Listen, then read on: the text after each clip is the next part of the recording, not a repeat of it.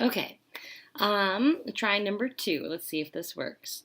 All right, you guys are going to need a couple things for today. You are going to need your handout, and you're going to need a pencil, and you're going to need something that will show up when you mark up this image here. So either a Sharpie or a bright colored pencil, something that will be viewable for you. Pencils are usually a little bit too light, but whatever shows up for you is fine. Okay, make sure you put your name and your hour up here. And for right this minute, you're just going to need a pencil.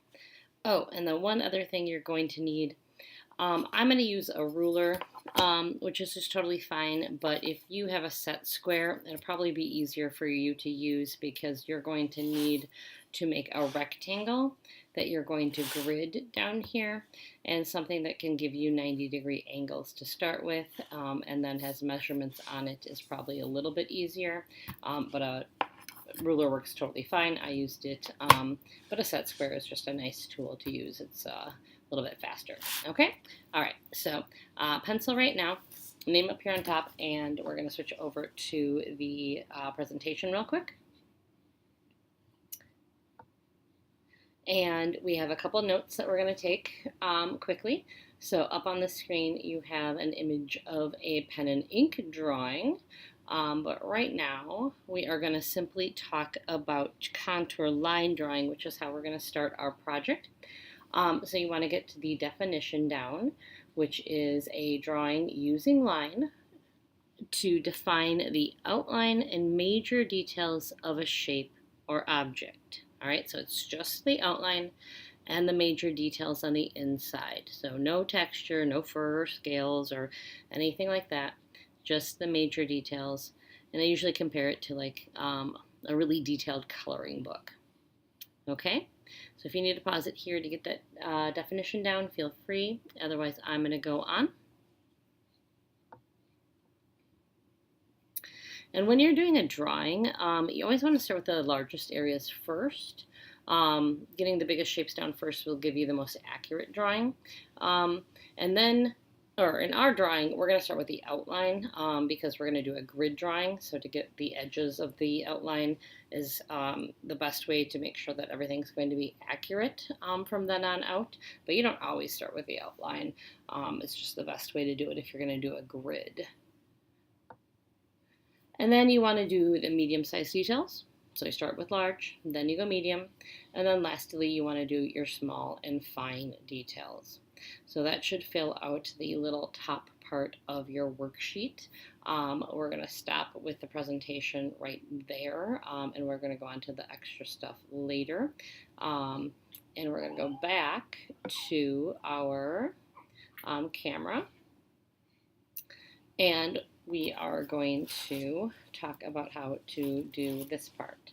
So it says using a Sharpie or a brightly colored pencil, trace on the contour lines of the squirrel. So I'm just going to grab a Sharpie here, and I am just going to trace around the outline. So I am going to find the edge of my squirrel and trace all the way around him.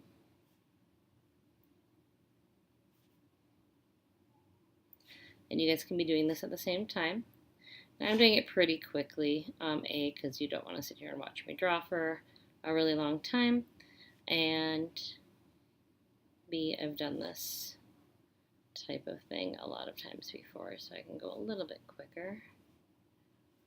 And when I get to things like fur and weird edges, I usually just find the major shapes. I'm not worrying about finding every single hair or weird little thing that's happening.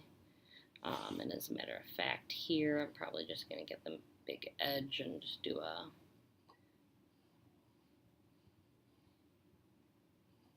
kind of curve there, because I know later on I'll get the details in. I'm going to do his back. So getting the outline in. Oh, and sorry, we have a baby crying. And the edges of his ears. So that's the outline.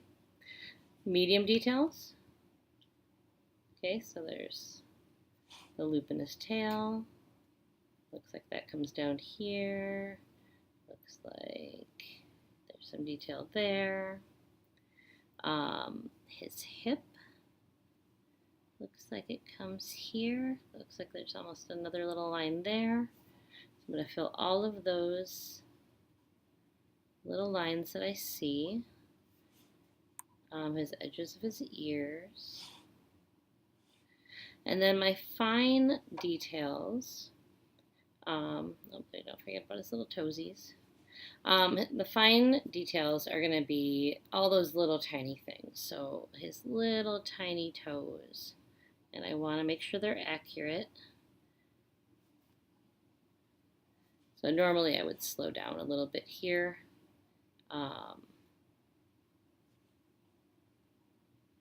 But again, I don't want to make you guys sit and watch me draw forever. And I think I have an impatient little child next to me, so I'm going to go a little bit quicker. And with the eyes, really do take your time. You want to get all of the details. So he has these little lighter shades around his eyes. I would want to make those really accurate. Get that highlight in there. Don't forget that. That's super important. So I'd get all those details in there and outline all of that. Then you're going to want to draw your rectangle. Okay, do that in pencil. And then you want to draw as accurately as you can, box to box. Ignore that it's a squirrel. One trick you can do is to turn it upside down and draw it upside down. And just draw like, what's in that box? Draw it. What's in that box? Draw it. Usually you get more accuracy that way if you draw upside down when you're doing box to box, just like we did with the other mystery grid. And then you should get something kind of like mine. I'm not super in love with mine, but I did it a little bit quickly, and it's kind of late at night, so I'm going to be like, he's good enough for now. So that's where you want to be at. And if you have any time left at the end of the hour, or if you want to finish it up later and you want to do your weaving for the last 20 minutes or so, or 15 minutes or whatever you have, that's fine with me, as long as it's fine with Mr. Carlson. And that's about it. Okay.